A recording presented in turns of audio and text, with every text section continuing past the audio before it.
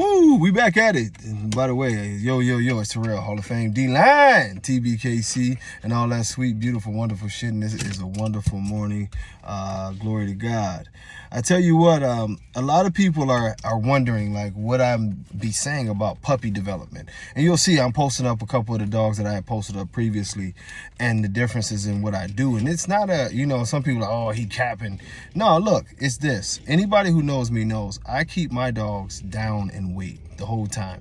Basically, I go by the old school method of you need to basically sort of see the rib cage on a puppy. You know what I mean? And that's a healthy weight. Now, you don't want to like of course you don't want them emaciated, but you want the rib cage right there. You want to tuck there. You want them to be good and healthy. Even when it's a bully, they will always put the weight on. The frame will grow naturally. The weight will always, trust me, it always comes on, but it greatly protects your puppy from the feet turning, weak pasterns, all of the different conformational things that will come along because the dog has too much weight. And so, recently the puppies that I kept, and now that I'm deciding to let go, I started letting them eat again.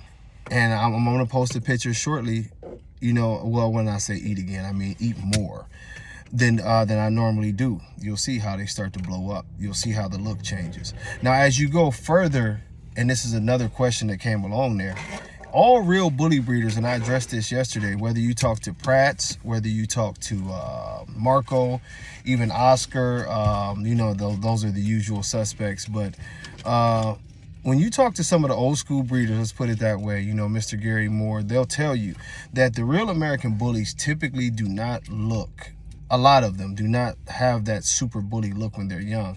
I've showed y'all a picture of how Mandela looked when he was young. Denzel as a puppy wasn't like a super bully puppy. It just goes that way. Castro definitely wasn't a bully puppy.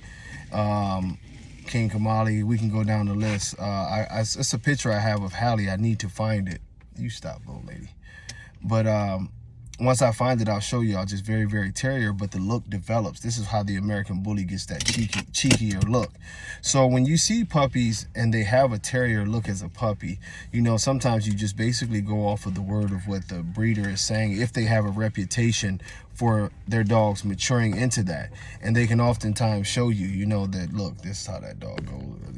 When he was a puppy, he looked like this, and now he looks like that, and this is what it's going to be, and yada, yada, yada, And it's nothing to be worried about, It's just that's typically how you get that true American bully look, to where you get the cheeks, the golf ball type, not golf ball, softball type cheeks.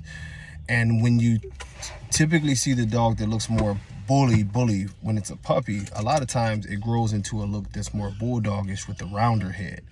Now, that's not all the time, but a lot of times that's what you see. And it's definitely a different look. It's definitely a different, not what I aim for anyway.